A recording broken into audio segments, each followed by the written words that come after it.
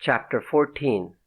The garrison of Montelepre had been increased to more than 100 carabinieri, and on the rare times Giuliano crept into town to spend an evening with his family, he was in constant fear that the carabinieri would swoop down upon them. One such evening, listening to his father talk of the old days in America, the idea had come to him. Salvatore Sr. was drinking wine and swapping tales with an old and trusted friend who had been in America also and had returned to Sicily with him, and they good-naturedly reproached each other for being so stupid. The other man, a carpenter named Alfio Dorio, reminded Giuliano's father of their first few years in America before they had worked for the Godfather, Don Corleone. They had been hired to help build a huge tunnel under a river, either to New Jersey or to Long Island. They quarreled about that. They reminisced about how eerie it was to work beneath a flowing river, their dread that the tubes holding out the water would collapse and they would drown like rats. And suddenly it came to Giuliano. These two men with some trusted helpers could build a tunnel from his parents' house to the base of the mountains only 100 yards away. The exit could be hidden by the huge granite rocks, and the source of the tunnel in the house could be hidden in one of the closets or beneath the stove in the kitchen. If that could be done, Giuliano might come and go as he pleased. The two older men told him that it was impossible, but his mother was wild with pleasure at the idea that her son could secretly come and sleep in his bed on cold winter nights. Alfio Dorio said that given the necessity for secrecy, the limited amount of men who could be used, and since the work could only be done at night, it would take too long to complete such a tunnel. And then there were problems. How would they get rid of the dirt excavated without being observed? And the soil here was full of stones. What if they came up against a strain of granite underground? And then what if the tunnel were betrayed by some of the men recruited to work on it? But the persistent objection of the two older men was that it would take at least a year. And Giuliano realized that they harped on this because they believed in their heart of hearts that he would not be alive so long. His mother realized the same thing. She said to the two older men, "My son asks you to do something that may help save his life. If you are too lazy to do so, then I will. We can try at least. What do we have to lose except our labor? And what can the authorities do even if they discover the tunnel? We have a perfect right to dig on our land. We'll say we're making a cellar for vegetables and wine. Just think, this tunnel may someday save Turi's life. Isn't that worth some sweat?" Hector Adonis was also present. Adonis said he would get some books on excavation and the necessary equipment. He also came up with a variation that pleased them all, that they build a little offshoot tunnel that would lead into another house on the Via Bella, an escape hatch in case the exit of tunnel was compromised or betrayed by an informer. This offshoot tunnel would be dug first, and only by the two old men and Maria Lombardo. No one else would know about it, and it would not take so long to dig. They had a long discussion on which house was trustworthy. Giuliano's father suggested the home of Aspano Pisciotta's parents, but this was immediately vetoed by Giuliano. The house was too suspect, would be closely watched, and there were too many relatives living in that house. Too many people would know. Besides, Aspano was not on good terms with his family. His natural father had died, and when his mother remarried he had never forgiven her. Hector Adonis volunteered his house, but it was too far away, and Giuliano did not want to endanger his godfather, for if the tunnel was discovered, the owner of the house would surely be arrested. Other relatives and friends were considered and rejected, and then finally Giuliano's mother said, "There is only one person. She lives alone, just 4 houses down the street. Her husband was killed by the carabinieri. She hates them. She is my best friend and she is fond of Turi. She has watched him grow from a boy to a man. Didn't she send him food all the winter he spent in the mountains? She is my true friend and I have complete trust in her." She paused for a moment and then said, "La Venera." And of course, since the discussion had begun, they had been waiting for her to say that name. From the first, La Venera had been the only logical choice in all their minds. But they were Sicilian males and could not make such a suggestion. If La Venera agreed and the story came out, her reputation would be ruined forever. She was a young widow. She would be granting her privacy and her person to a young male. Who could ever doubt that she would lose her virtue? No man in that part of Sicily could marry or even respect such a woman. It was true that Lavanera was at least 15 years older than Turi Giuliano, but she was not yet 40, and though her face was not beautiful, it was attractive enough, and there was a certain fire in her eyes. In any case, she was female and he was male, and with the tunnel they would be alone together. There could not, therefore, be any doubt that they would become lovers, for no Sicilian believed that any male and female alone together, no matter what difference in age, could refrain. And so the tunnel into her house that perhaps might one day save Turi Giuliano's life would also mark her as a woman of ill repute. What they all understood except for Turi Giuliano himself was that Giuliano's sexual chastity worried them. It was not natural in a Sicilian male. He was almost prudish. His band of men went to Palermo to visit whores. Aspano Pisciotta had scandalous love affairs. His bandit chiefs Terranova and Passatempo were known to be the lovers of poor widows to whom they gave gifts. Passatempo even had a reputation as a man who used persuasion more typical of a rapist than suitor, though he trod carefully now that he was under Giuliano's orders. Giuliano had decreed execution for any of his men who raped. For all these reasons they had to wait for Giuliano's mother to put forth the name of her friend, and they were a little surprised when she did so. Maria Lombardo Giuliano was a religious, old-fashioned woman who did not hesitate to call the young girls of the town whores if they so much as to took a stroll in the village square without a chaperone. They did not know what Maria Lombardo knew, that Lavanera, because of the sufferings of childbirth, the lack of proper medical care, could no longer become pregnant. They could not know that Maria Lombardo had already decided that Lavanera could best comfort her son in the safest possible way. Her son was an outlaw with a price on his head and could easily be betrayed by a woman. He was young and virile and needed a woman. Who better than an older woman who could not bear children, and who could not make any claims for marriage, and indeed would not want to marry a bandit? She had had her fill of that misery. A husband shot down before her eyes. It was a perfect arrangement. Only Lavanera's reputation would suffer, and so she would have to make the decision herself. It would be on her head if she agreed. When Giuliano's mother made that request a few days later, she was surprised when Lavanera gave a proud and joyful yes. It confirmed a suspicion that her friend had a weakness for Turi. So be it, Maria Lombardo thought as she took Lavanera into her arms with grateful tears. The offshoot tunnel was completed in 4 months. The main tunnel would not be completed for another year. Periodically, Giuliano would sneak into town at night and visit his family and sleep in a warm bed, after his mother's hot meals. There would always be a feast. But it was nearly spring before he found it necessary to use the offshoot tunnel. A carabinieri patrol in strength came down the Via Bella and passed by. They were armed to the teeth. Giuliano's bodyguard of 4 men hidden in nearby houses was ready to do battle. But they passed on. Still, there was the fear that on their return they might decide to raid the Giuliano home. So Turi Giuliano went through the trap door in his parents' bedroom and into the tunnel. The offshoot was disguised by a wooden panel covered with a foot of dirt so that workers on the main tunnel would not know it existed. Giuliano had to dig away the dirt and remove the wooden disc. It took him another 15 minutes to crawl through the narrow space that led under Lavanera's house. The trap door there led to the kitchen and was covered by a huge iron stove. Giuliano tapped on the trap door with the pre-arranged signal and waited. He tapped again. He never feared bullets, but he feared this darkness. Finally, there was a faint noise above him, and then the trap door was raised.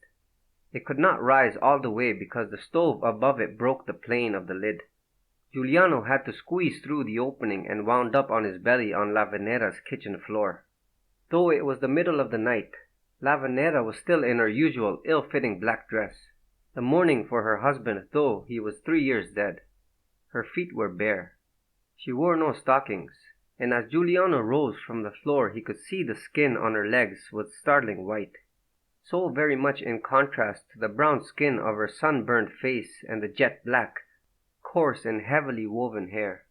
For the first time he noticed that her face was not as broad as that of the most of the older women in his town, that it was triangular, and though her eyes were dark brown, they had little black flecks in them he had never seen before. In her hand she held a scuttle full of live coals as if ready to throw them at the open trap door. Now she calmly slid the coals back into the stove and replaced the lid. She looked a little frightened. Giuliano reassured her. It's just a patrol roaming around. When they return to their barracks, I'll leave. But don't worry, I have friends out in the street. They waited. Lavanera made him coffee and they chatted. She noted that he did not have any of the nervous movements of her husband. He did not peer out of the windows. His body did not tense at sudden noises in the street. He seemed completely relaxed. She did not know he had trained himself to act this way because of her stories about her husband and because he did not want to alarm his parents, especially his mother. He projected such an air of confidence that she soon forgot the danger he was in, and they gossiped about the little happenings of the town. She asked him if he had received the food she had sent him in the mountains from time to time. He thanked her and said how he and his companions had fallen on her food packets as if they were gifts from the Magi, how his men had complimented her cooking. He did not tell her of the coarse jokes some of his companions had made, that if her lovemaking equaled her cooking she would be a prize indeed. Meanwhile he was watching her closely. She was not being as friendly to him as usual. She did not show that fond tenderness she had always shown in public. He wondered if he had offended her in some way.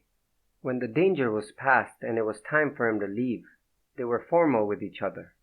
2 weeks later, Giuliano came to her again. The winter was near its end, but the mountains were filled with storm gales and the padlocked shrines of saints along the roads were dripping with rain.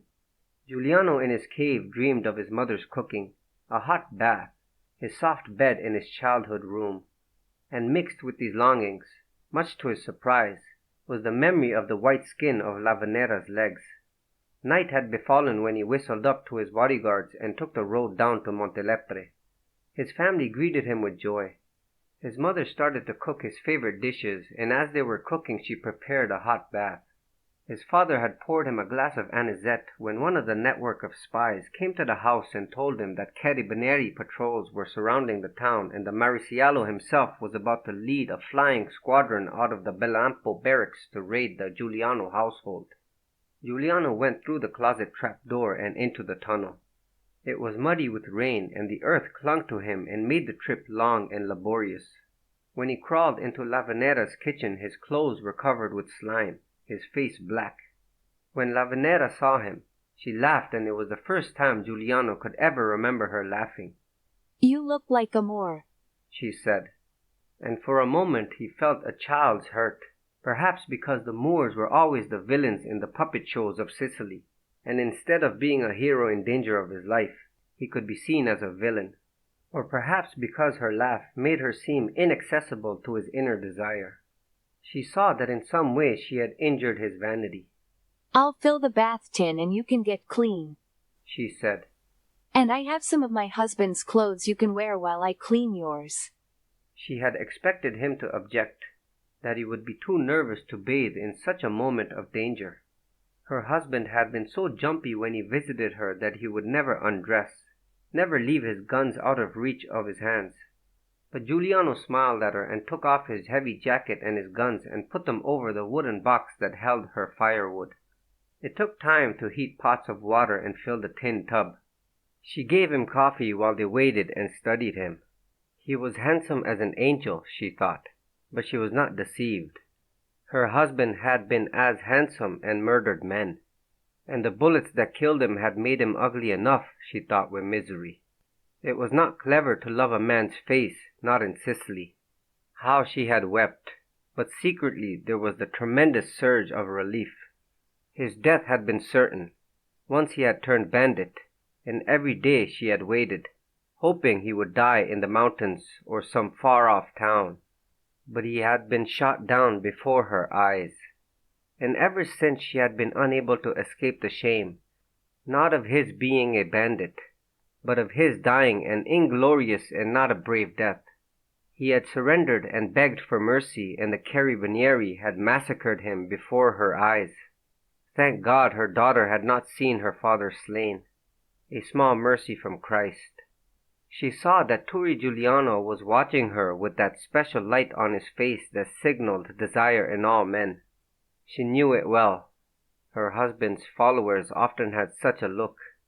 But she knew Turi would not try to seduce her, out of respect for his mother, out of respect for her sacrifice in allowing the tunnel to be built. She left the kitchen and went into the small living room so that he could bathe in privacy. When she left, Giuliano stripped and stepped into the bath.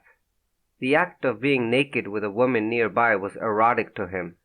He washed with scrupulous care and then put on her husband's clothes. The trousers were a little short and the shirt was tight around his chest so that he had to leave the top buttons undone. The towels she had warmed near the stove were little more than rags. His body still felt damp, and for the first time he realized how poor she was and resolved to supply her with money through his mother. He called out to Lavanera that he was dressed, and she came back into the kitchen. She looked him over and said, "But you haven't washed your hair. You have a nest of geckos hiding there." She said this roughly but with a warm affection so that he did not take offense. Like some old grandmother she ran her hands over his matted hair, then took him by the arm and led him to the sink.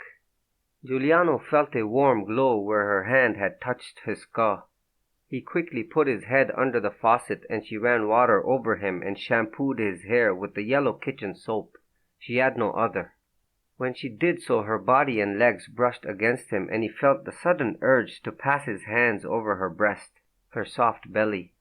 When she finished washing his hair, Lavanera made him sit on one of her black enameled kitchen chairs and vigorously dried his hair with a rough, raggedy brown towel. His hair was so long that it covered the collar of his shirt. "You look like one of those ruffian English lords in the movies," she said. "I must cut your hair, but not in the kitchen. It will blow into my pots and spoil your dinner.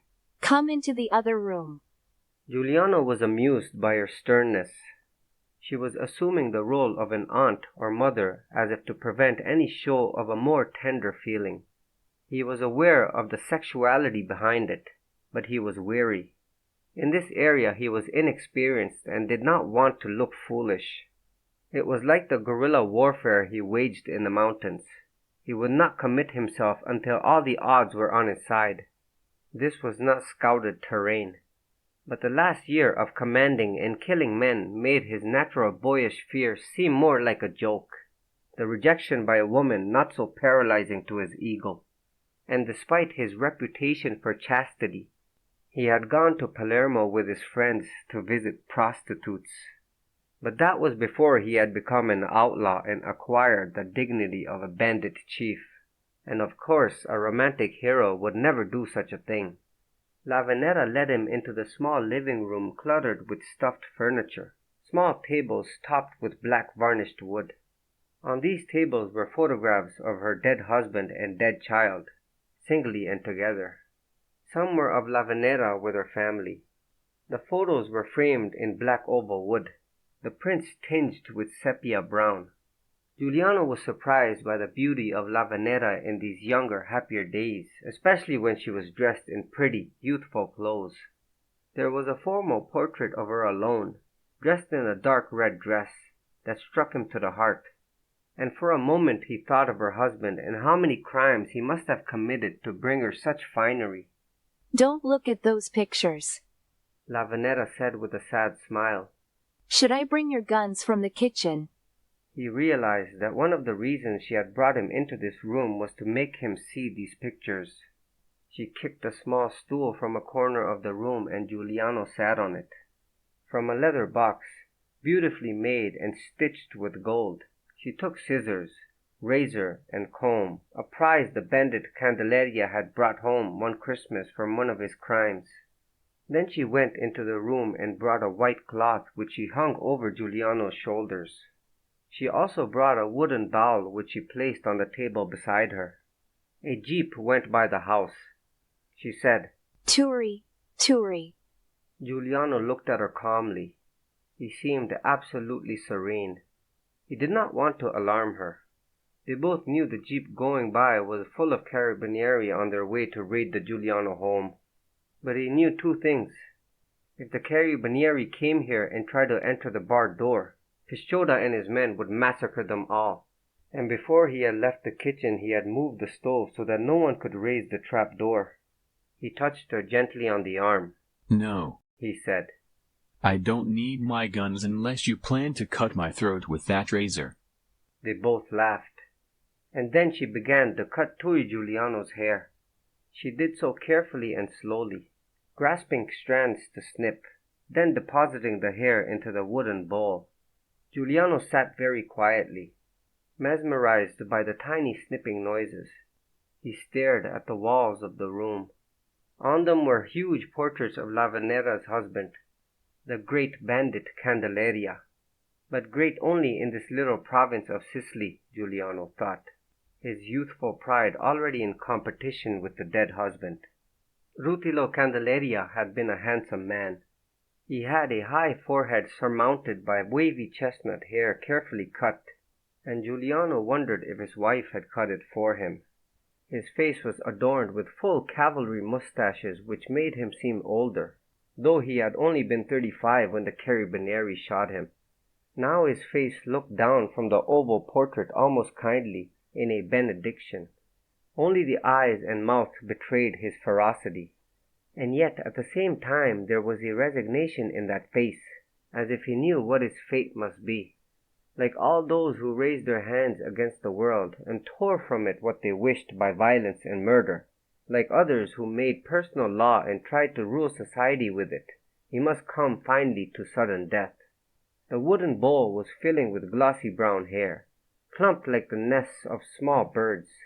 Giuliano felt Lavanera's legs pressed against his back. Her heat came through the rough cotton of her dress. When she moved in front of him to cut around his forehead, she kept well away from his leg. But when she had to lean forward, the swelling of her bust almost brushed against his lips, and the clean, heavy scent of her body made his face as warm as if he were standing before a fire. The portraits on the wall were blotted out. She swiveled her rounded hips to deposit another clump of hair in the wooden bowl. For a moment her thigh rested against his arm, and he could feel the silky skin even through the heavy black dress. He made his body steady as a rock. She leaned against him harder. To keep him from pulling up her skirt and clasping those thighs, he said jokingly, Are we Samson and Delilah? She stepped away from him suddenly, and he was surprised by the tears running down her face. Without thinking, he put his hands on her body and pulled her closer. Slowly she reached out and laid the silver scissors around the mound of brown hair that filled the wooden bowl. And then his hands were under her black morning dress and clutching her warm thighs. She bent down and covered his mouth with hers as if she would swallow it. Their initial tenderness was a second spark that roared into an animal passion fed by her 3 years of chaste widowhood.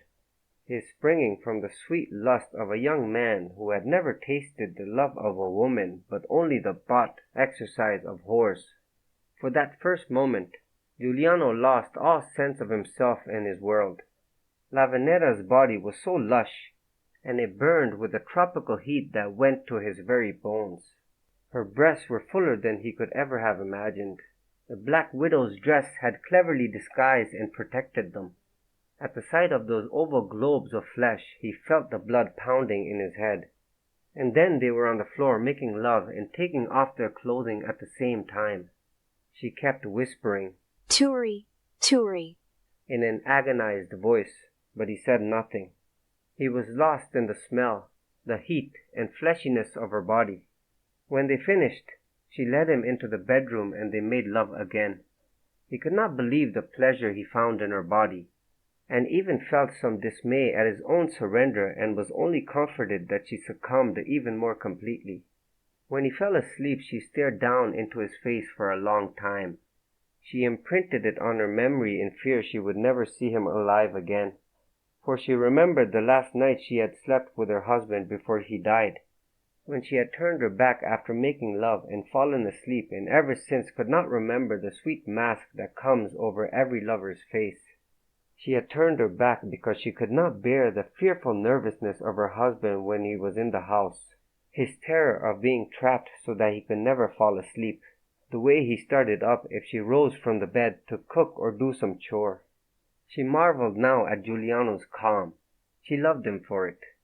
She loved him because, unlike her husband, he did not bring his guns to bed. He did not interrupt his lovemaking to listen for the sound of lurking enemies. He did not smoke or drink and tell his fears. He was gentle in his speech, but took his pleasure with fearless and concentrated passion. She rose noiselessly from the bed, and he still did not stir. She waited a moment and then went out and into the kitchen to cook him her best dish. When he left her house in the morning, he went through the front door, stepping out carelessly but with guns hidden beneath his jacket. He had told her he would not stop to say goodbye to his mother and asked to do so for him, to let her know he was safe. She was frightened at his boldness, not knowing he had a small army in the town, not noticing that he had held her door open a few minutes before he went out so that Pisciotta would be warned and would eliminate any carabinieri going by. She kissed him goodbye with a shyness that moved him, and then she whispered, "When will you come to see me again?" "Whenever I come to see my mother, I'll come to you afterward," he said. "In the mountains I'll dream about you every night." At these words she felt an overwhelming joy that she had made him happy. She waited until noon before she went down the street to see Giuliano's mother. Maria Lombardo had only to see her face to know what had happened. Lavanera looked 10 years younger. Her dark brown eyes had black flecks dancing in them. Her cheeks were rosy with color, and for the first time in almost 4 years she wore a dress that was not black. It was the frilly dress beribboned with velvet that a girl wears to show the mother of her lover. Maria Lombardo felt a rush of gratitude for her friend, for her loyalty and her courage, and also a certain satisfaction that her plans had come out so well. This would be a wonderful arrangement for her son. A woman who would never be a traitor, a woman who could never make a permanent claim upon him. Though she loved her son fiercely, she felt no jealousy, except when Lavanera told him she had cooked her best dish, a pie stuffed with rabbit meat and chunks of strong cheese riddled with fat grains of pepper, and how Turi had devoured enough for 5 men and sworn he had never eaten anything better in his life.